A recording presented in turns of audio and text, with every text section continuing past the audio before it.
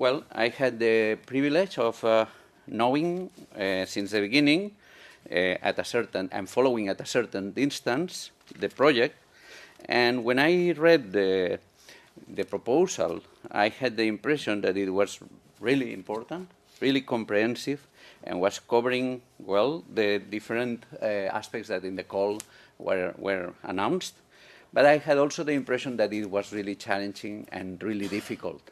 And I thought that it was some risk there, because when somebody has the bias of being organizational psychologist, he always looks at the complexity of leading and organizing and coordinating in a very complex task, a very huge number of people and of teams, and with a very, let's say, ambitious results that want to be achieved.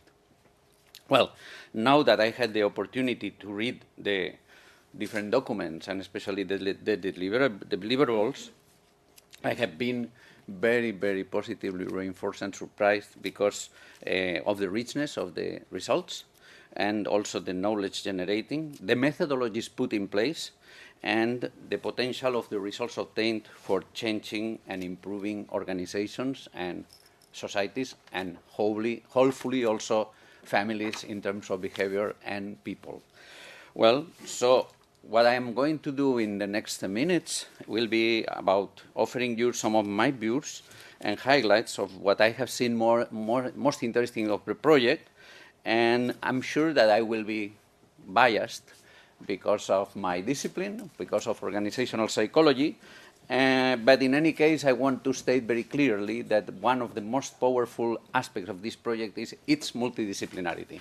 So even if I don't pay justice to the work of all the teams that has been done, because I don't want to offer comments on what I'm not knowledgeable enough, but at least I want to acknowledge that this is the most important aspect. In fact, the title that it was put for my presentation was the key role of organizations in transitions to the low-carbon Europe. I mean, so the emphasis of my approach is on organizations.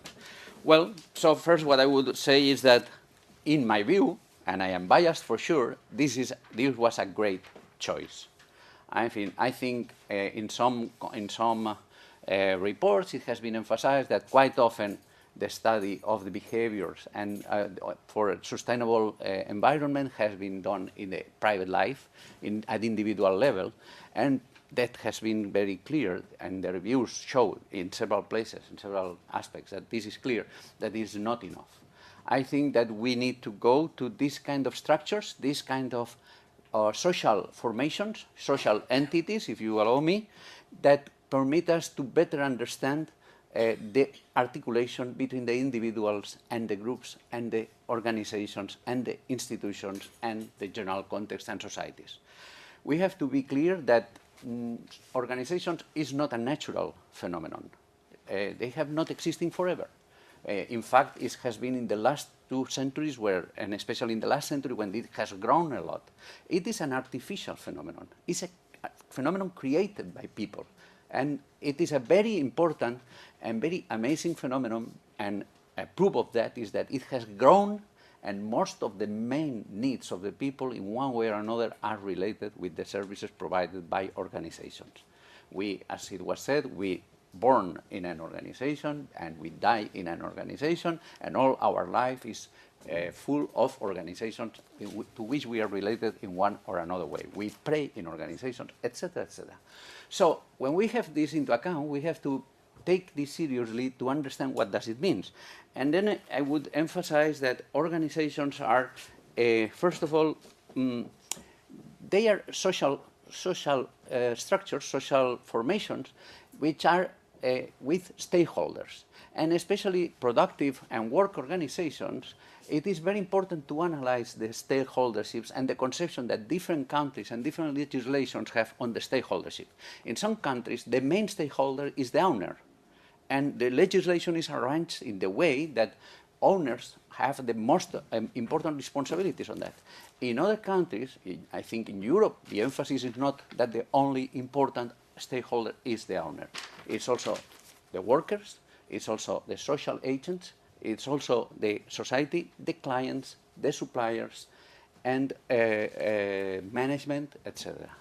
So this is another issue that is very important. When we realize that, we can guess that the organizations want to balance two different and very complex aspects, cooperation and conflict. And this is always the issue. And I like very much one of the conceptions of organization that was describing it as a quasi-resolution of a system of quasi-resolution of conflicts. So it means that it's not possible to solve all the conflicts. It's important to manage and to resolve at least partially the conflicts and to avoid that the escalation deteriorates and degrades the situation. Well, what I like then is that this project has focused in organizations, and not only that, it has made a choice focusing on a number of organizations in order to make a case studies. I think this was a very productive option. I like that in your choice of the case studies, in my way, very interestingly chosen, you have mixed ownership, very interesting, public and private. You have covered a number of sectors, production, services. You have also covered a number of countries in Europe, and you have also paid attention to the different processes and functions. It's not the same kind of functions that in the society covers a university or a municipality than the one of the factory that produces trucks or whatever. So from that point of view, I think this project offers a lot in terms of analyzing specific organizations. And it doesn't stand only at the formal level of the conceptualization of organizations. But at the same time, it is important to be aware of the boundaries and the, let's say, limitations for generalizability, and I will be very curious and interested in knowing how all this works in, for instance, in small companies. Probably there are some aspects that will require further analysis and attention. And that's why you have composed a multidisciplinary and interdisciplinary team, and that's why and the emphasis I have perceived is on social sciences, but also taking into account other aspects which are relevant. And what is the complex issue? Well, the complex issue is behavior in companies and all what that implies. But when we talk the behavior, we start to consider behavior, we start to consider that this is a multi-level phenomenon and can be approached at a macro level. Economists analyze behaviors, meso level, organizational sociologists, micro level, psychologists, and you can go even down because levels are not only three, and you can move the zoom in one way or another. And that gives additional complexity. In any case, this behavior, this analysis of behavior in this project has paid attention to societal macro factors that influence organizations, not only the organization, but also the societal factors like law, etc., has paid attention to institutions and relationship between institutions, have paid attention to social organizations and to individuals, and also to the generalization of behaviors adopted or enacted in companies in other areas and settings. So from that point of view, I think the focus is very, very comprehensive and very rich, and then when you go and try to understand organizational behavior, you start to untangle a number of complexities. Well, if you try to understand individual behaviors, like one of the packages from Groningen has done, you have to go into the complexity of analyzing values, efficacy, norms, and situation, and the influences of the situation, which is really important. But you have also, when you start to analyze this behavior, you realize that in some cases, individual behavior is not enough to understand organizations. You need to understand the behavior of the organization or the behavior of different groups in the organization. And then when decision-making has been analyzed, it has not been only analyzed at an individual level, but has also analyzed at the governance level, at the different operational levels, at the different management levels. And I think this is very interesting because then the zoom changes and you look at the different angles and the different facets of this very complex but also very challenging and very amazing kind of phenomena that we want to understand and change. Because the other aspect that it is very important is that the focus of this project is on change. And it has to be very clear that change is not only a technical issue. Change is an issue of values. It's always value-driven. And it's not only value-driven, because values refers to politics, and because value refers to interests, and the interest of the different groups. And that raises a very, very interesting issue when we analyze change. Every time that I advise a company in order to tackle a change or to start a change, I always ask them to rate to the management, I ask them to rate the change, the complexity of the change in the technological axis and in the social axis. Normally they tend to say 7 in complexity or 8 in complexity, 3 or 4 in social aspects. And then I say, okay, let's analyze if this is true.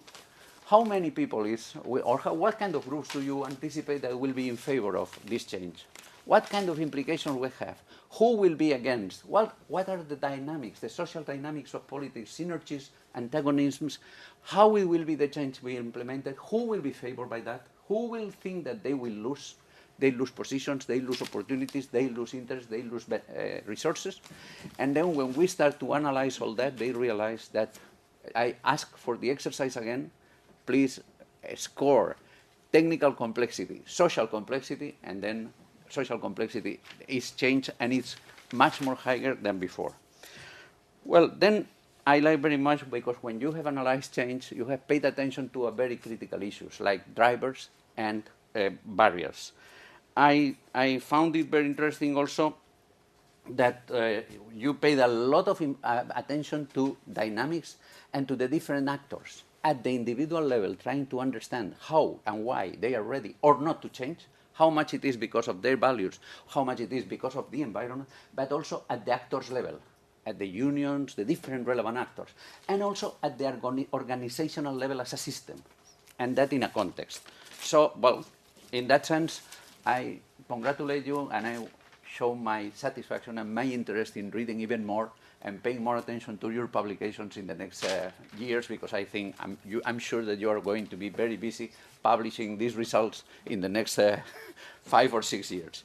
As President of Applied Psychology, I want again congratulate you because I think you have exemplified, you have enacted very clear function and mission of applied psychology. Applied psychology is not only about research, applied psychology is not only about knowledge, applied psychology is about how to do research and knowledge and how to promote that it will be used for the professional practice, for the improvement of the society, and for getting a better society and better well-being and health for people. And this project is a very good example of that. It is a good example already in the process, not only in the output. Because in the process, when I read the deliverables, I have seen that organizations that you have been working with have changed already. And this is excellent, because it is not only that you just study and then you plan the change, but you study the change and then you see how it is transformed. And in that sense, I like very much the kind of methodologies that you have approached, because it was really interesting. The armamentarium of methodologies that you have developed are really, really interesting. Well, I don't want to go in deep on that, but you have combined qualitative and quantitative, rich analysis methods, exploratory but to understand, but also intervention to change, anticipatory through backcasting, participating methodologies, which is also very interesting because you have given the participation to the actors, and also the consideration of different actors. So from that point of view also, I'm really, really interested in the results. To finish with my help with IAP, of course, I have to acknowledge that very, very prestigious members of IAP are members of this project, which makes me even more and more proud of it, and I thank them for the contributions they are doing to the society. I'm not, well, the president of the Division 4, Linda Steg, is there, members for the BOD also, Bonayuto, Marilia, but I'm sure that more of you are members, and I don't want to cite everybody because then I will forget. Okay, said that, I look also now to hear more in the next presentations.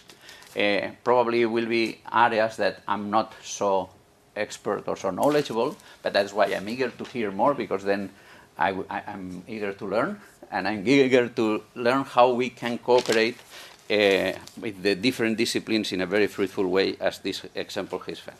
Just to finish, I want to acknowledge the excellent presentations of the summaries. This is a big effort. I have read your deliveries, and I said, oh my God, how are they going to do this in 15 minutes? It's impossible. And I am very well surprised, because you do a very good summary, and you go to the points, and I find very interesting the messages.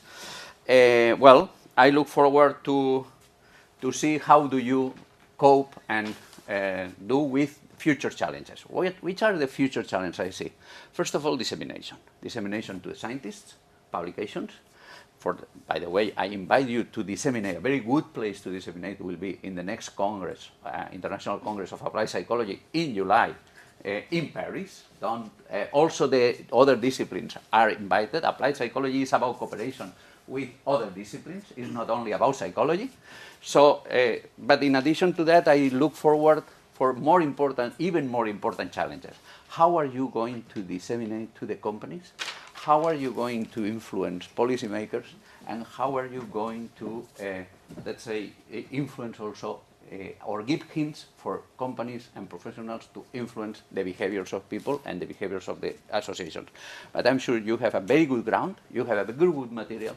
I'm sure that, and also congratulations for the leaflets, because you have started in a very interesting way to disseminate very clear messages, and I look forward that this will pay off. And well, my view as advisor, which is a rather comfortable role, I appreciate that, is to congratulate you and to stimulate you to go for these future challenges, which will make your excellent job even more effective and more fruitful for the society. Thank you.